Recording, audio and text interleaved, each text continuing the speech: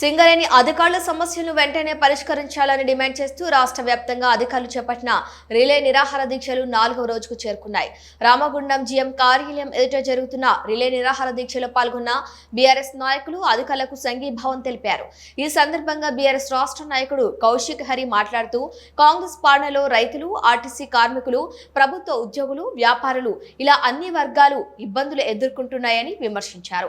ఇప్పుడు సింగరేణి అధికారులు కూడా రోడ్డెక్కాల్సిన పరిస్థితి రావటం ప్రభుత్వ వైఫల్యానికి నిదర్శనమని అన్నారు.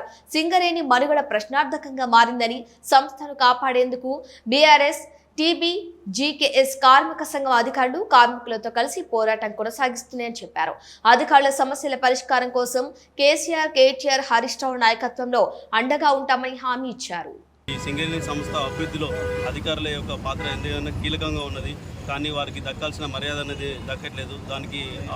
దానికి సూచనగానే ఇప్పుడు పిఆర్పి అంటే pay related performance related pay అనేది చాలా 3 సంవత్సరాలుగా చెల్లించడం జరగట్లేదు.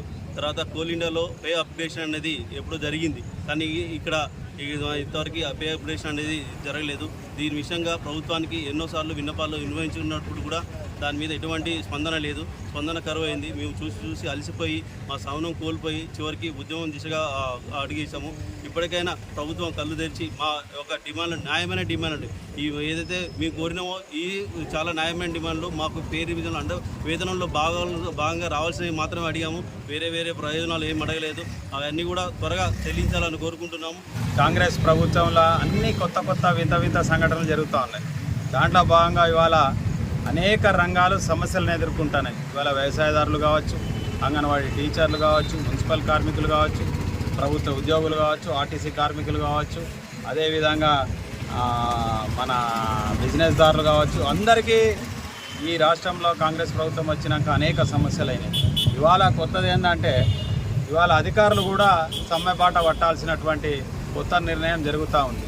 ఇవాళ సింగరేణిలో కోల్ మైన్స్ ఆఫీసర్స్ అసోసియేషన్ ఆధ్వర్యంలో సీఎంఓ ఆధ్వర్యంలో ఇవాళ అక్కడ రిలే నిరాహార దీక్షలు జరుగుతూ ఉన్నాయి.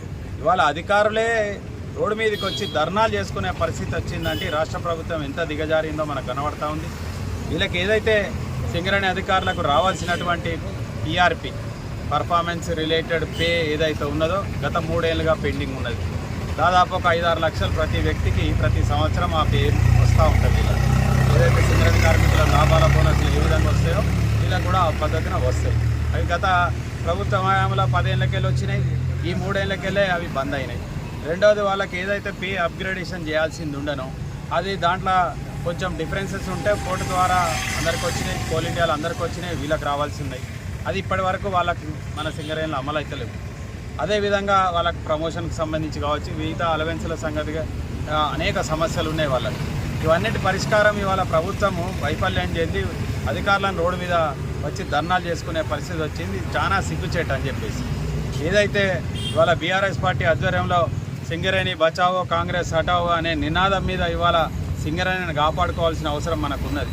ఎందుకంటే ఈ రాష్ట్రానికి ఒక హైదరాబాద్ వారి ఆదాయం ఎట్లా వస్తుందో అదేవిధంగా